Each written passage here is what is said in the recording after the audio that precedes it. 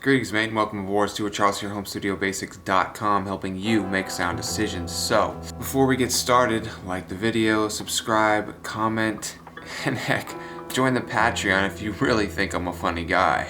You know what? You're a funny guy. HIFIMAN has come a long way since the days of incessant QC issues and pricing anomalies, but the sound of their headphones has never come into question, at least as far as I'm concerned. For many years I recommended the Ananda and then the Ananda Stealth as a fantastic upgrade from mid-fi. But what about the Nano version? What's changed? Let's take a look at yet another revision and find out if it's worth a purchase. My main concern for you today will be price to performance and overall value, so strap on and let's dig in. By the end of this video, you'll know if the Ananda is for you, and if it's not, I'll steer you in the direction of something that is. Deal? Cool. Let's dive in.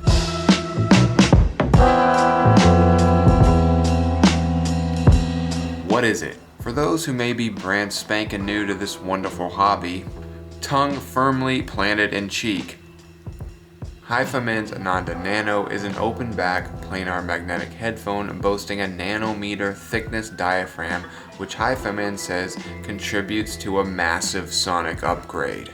We'll get into that in a bit, but let's dive into build first. The Ananda Nano mimics the original, but this time is adorned in mostly silver versus the all-black profile of its predecessors. Based on HIFIMAN's 2018 revision first seen in the Sundara, the cups can fold down flat but don't rotate at all, and the overall design received a massive durability upgrade. In other words, they're mostly built like a tank and the metal is incredibly solid, though it will get nicked up over time. Despite the rigidity of the design, it's still fairly easy to get a good fit on your head, and the headphones are very robust at a whopping 414 grams. That may seem very heavy, but HIFIMAN's always done a fantastic job of somehow managing the weight and evenly distributing it throughout the entirety of the unit. More on comfort in a bit. The memory foam / polyester combo makes a return and has become HIFIMAN's default pad combination for many years, replacing the original velour seen in some of the earliest models. Moreover, the headband adjustment pieces are incredibly solid, and the rounded off headband shape represents another subtle difference between the Ananda's design versus the deformed ostrich look of the Aria variants. The same flimsy, thin headband pad is present, but the suede-ish material it's made from is a little different than the Aria's vinyl-ish soft plastic feel.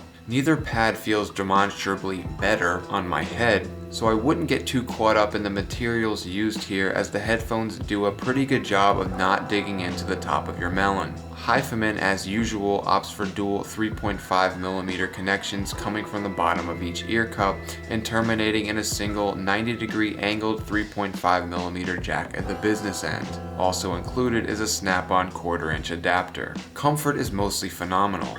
The cups mimic the shape and contours of the human ear, they're plenty deep enough, and they also clamp nicely on the sides of your head. Moreover, they don't dig into the top of your skull either, and feel rather excellent over extended listening sessions. It does feel like you're sometimes wearing a football helmet, but the sound more than makes up for you looking like a complete doofus. Speaking of, how does the Ananda Nano sound? DACs used include the FiO K19, K11, Universal Audio Volt 2, and JDS Atom 2. I'll leave links down below for the playlists. Sources were FLAC, Spotify, Prime, Max, and PS4. If you're new to audiophile grade headphones, the Ananda Nano is going to be quite a revelation. Part of the reason lies in its planar magnets, which are evenly distributed around the diaphragm and much more uniform. This undoubtedly results in lower distortion, better resolution and transient response, more air, and a general sense of greater openness, spatial cues, and separation between sounds. All of these things come together like the Beatles to contribute to a more realistic sound, and while you won't feel like you're there,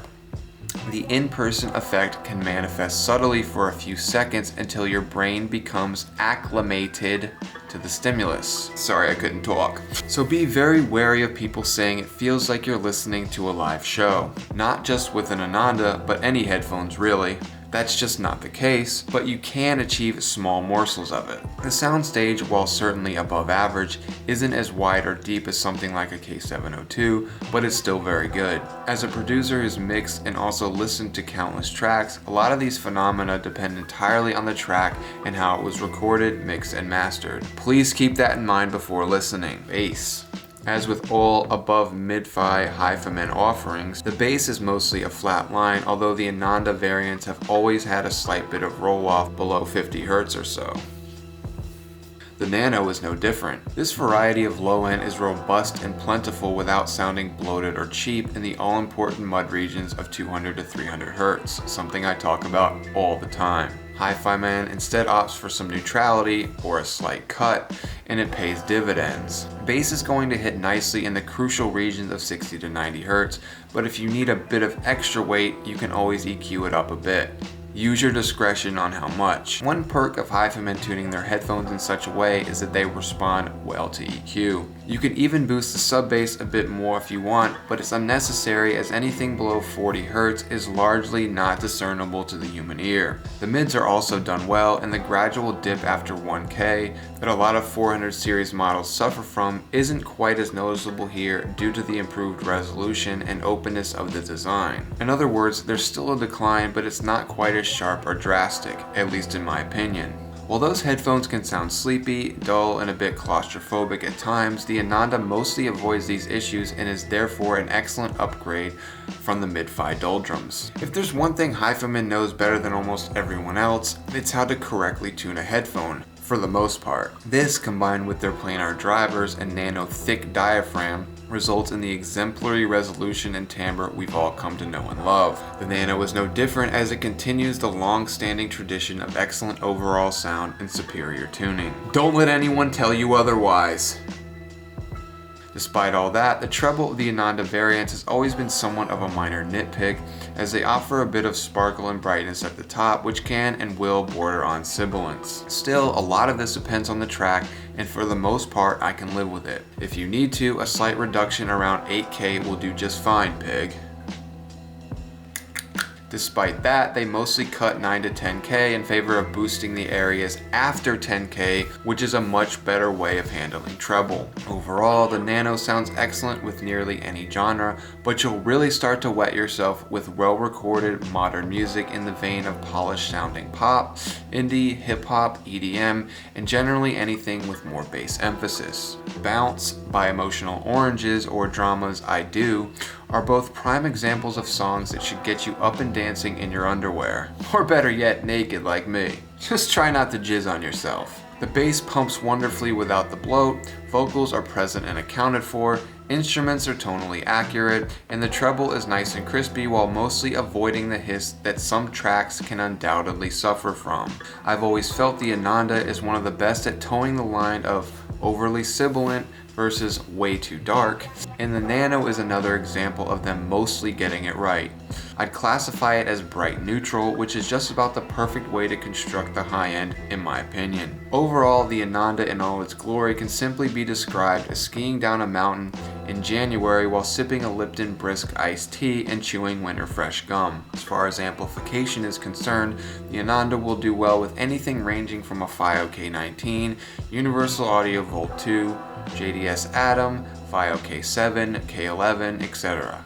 With an impedance of 14 ohm and a sensitivity of 94 decibels, it's inefficient but still not all that hard to drive. As for a massive sonic upgrade, I wouldn't call it massive, but sure, it's probably a little better sounding than a Stealth. I experienced the same sort of thing with the Aria Organic and Aria Stealth for what it's worth, but that discrepancy is much larger in terms of the Organic clearly sounding superior. The difference between the Ananda Stealth and Nano just isn't enough for me to get all up in arms about, and they both happen to be priced very similarly, subject to change. HIFIMAN's Ananda Nano is a well-built, excellently tuned headphone with superior resolution and marvelous timbre. It's no secret that I've recommended the Ananda the world over since it first came out. Yes, I love the sound so much and thought it was such a fantastic upgrade from mid-fi that I did recommend it at its original $1,000 asking price in 2019. That's right, you heard me correctly.